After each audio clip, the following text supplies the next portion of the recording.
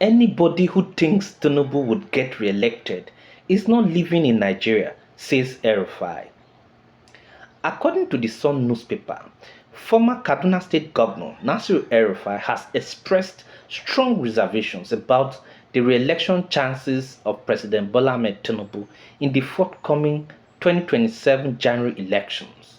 Speaking in Abuja, El-Rufai openly dismissed the prospect of Tinubu securing a second term, insisting that the political climate and public sentiment in Nigeria have shifted significantly against the ruling party. He linked this change to the mounting dissatisfaction among citizens over current economic conditions and governance performance.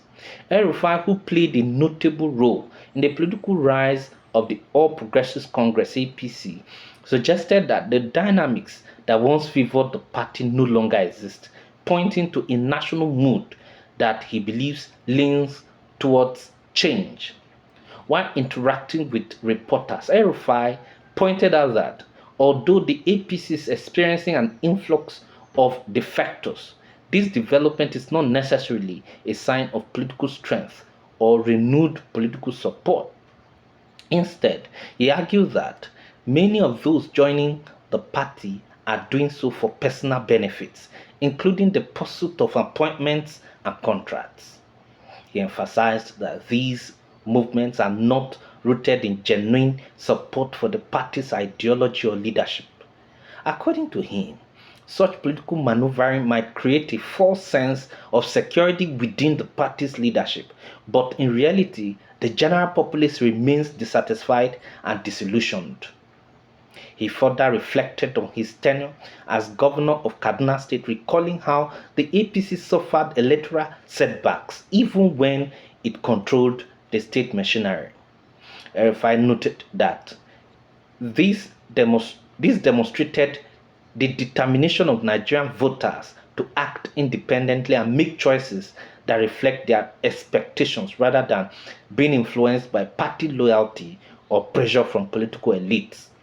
He used this past experience to underline his belief that power no longer lies with party structures or state governors, but with the electorate who are increasingly demanding accountability and change.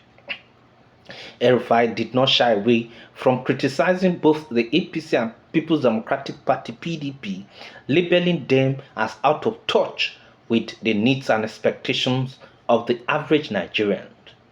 He maintained that the frustrations of the public have grown to the point where they are no longer willing to settle for traditional political options. According to him, this widespread discontent has created an opening for a new political movement or coalition that could potentially unseat the current leadership. He described the mood of the country as one of exhaustion with the status quo, driven by economic hardship, insecurity, and a perceived lack of direction at the federal level. He also made reference to individuals who have defected from one party to another, suggesting that many of them are under scrutiny from anti-graft agencies. El-Rufai questioned the sincerity and credibility of these political actors, implying that their motives are not driven by commitment to public service or reform. He raised concerns about the integrity of such politicians and implications of their growing influence within the APC. If you love this video, please subscribe to my YouTube channel, follow my Facebook page, like, comment, and share for wider coverage. I'm Ogbanje Joseph. I thank you for watching.